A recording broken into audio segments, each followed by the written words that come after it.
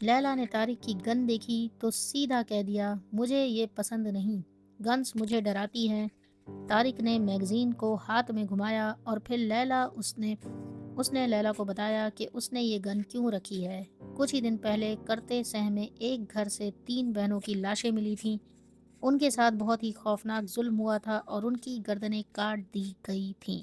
لیلا نے فوراً بولا، مجھے یہ سب نہیں سننا۔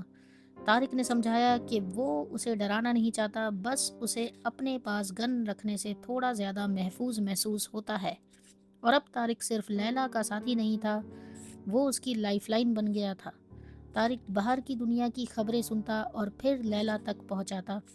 اس نے اسے بتایا کہ پہاڑوں میں بیٹھے کچھ ملیشیا مین اپنی مارکس مین شپ پریکٹس سویلین پر کرتے تھے۔ رینڈم لوگوں کو نیچے سڑکوں پر چوز کر کے ان پر فائرنگ کی جاتی۔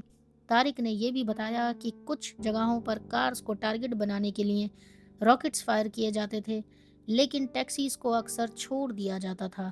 اسی وجہ سے لوگ اپنی کارز کو یلو پینٹ کروانے لگے تھے تاکہ دور سے ہی ان کی پہچان ٹیکسی کے روپ میں ہو سکے۔ لیلا کو طارق سے کابل کا ایک اور خوفناک سچ پتہ چلا۔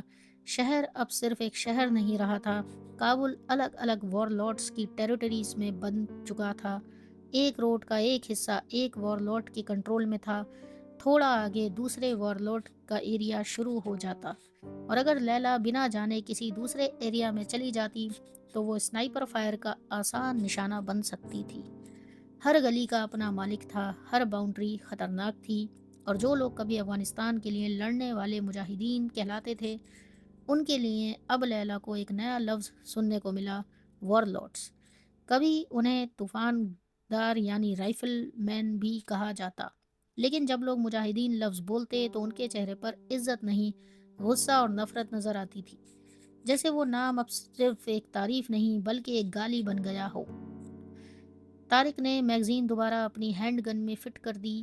لیلا نے اسے دیکھا اور پوچھا، کیا تم میں واقعی یہ کرنے کی ہمت ہے؟ طارق نے پوچھا، کس چیز کی؟ اور یہیں سے لیلا کا سوال صرف گن کے بارے میں نہیں رہ گیا تھا۔ وہ جاننا چاہتی تھی کہ جب وقت سچ میں سامنے آئے گا تو طارق کیا کرے گا۔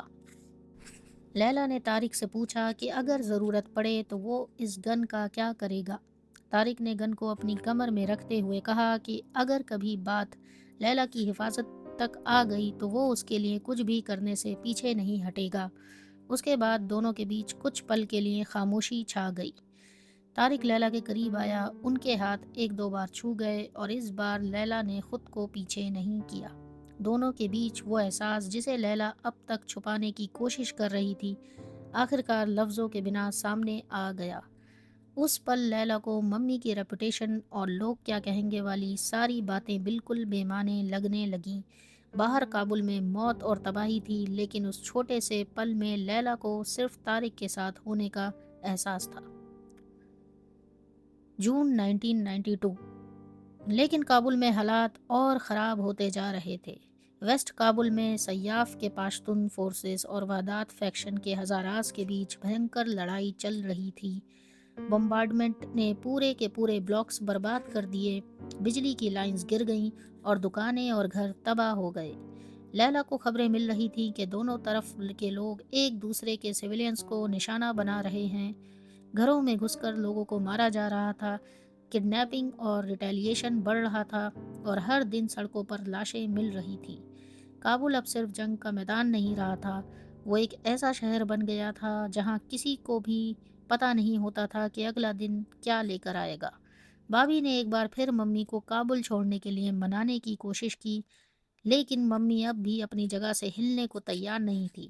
اس کا ماننا تھا کہ یہ سب ٹیمپریری ہے، آخرکار سب فیکشنز بیٹھ کر کوئی نہ کوئی سلوشن نکال ہی لیں گے۔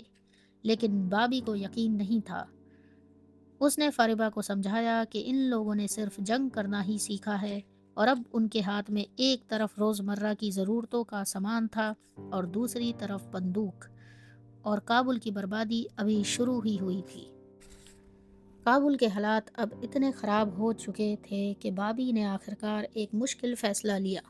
لیلا کو اسکول جانا بند کرنا پڑا۔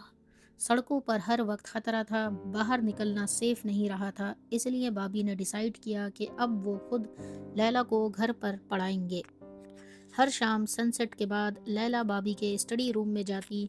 باہر کابل میں راکٹس اور فائرنگ کی آوازیں گونجتی رہتی، لیکن اس چھوٹے سے کمرے میں بابی اپنی بیٹی کو پڑھانے میں پوری طرح ڈوب جاتا.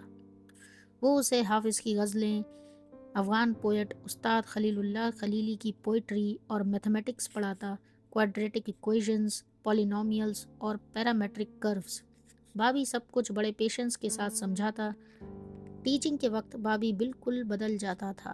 اپنی کتابوں کے بیچ وہ اپنے اصلی ایلیمنٹ میں ہوتا، کام، فوکسڈ اور ایک کیئرنگ فادر کی طرح.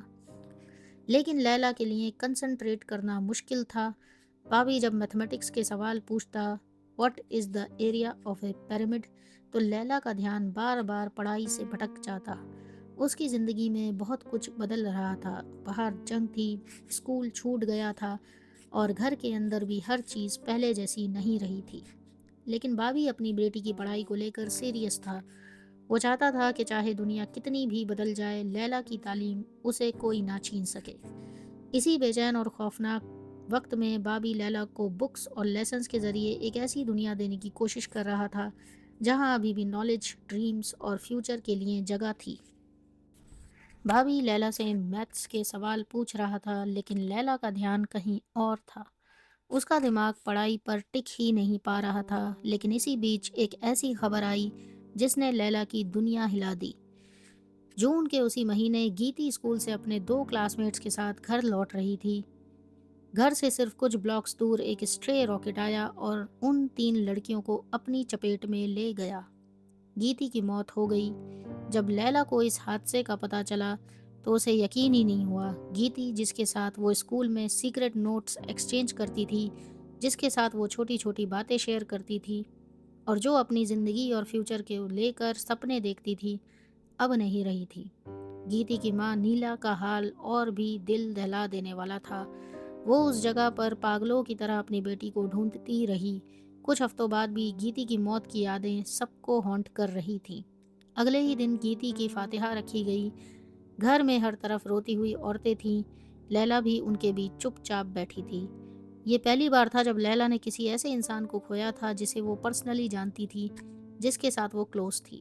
اسے ابھی بھی ایکسیپٹ نہیں ہو رہا تھا کہ گیتی سچ میں مر چکی تھی. وہی گیتی جو اس کی کلاس میٹ تھی، جس کے ساتھ وہ نوٹس شیئر کرتی، جو صابر سے شادی کے سپنے دیکھ رہی تھی.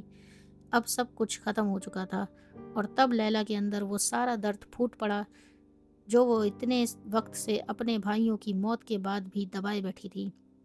لیلا فائنلی رو پڑی، گیتی کے لیے اور ان سب آنسوؤں کے لیے جو اپنے بھائیوں کے فنرل پر نہیں بہا پائی تھی.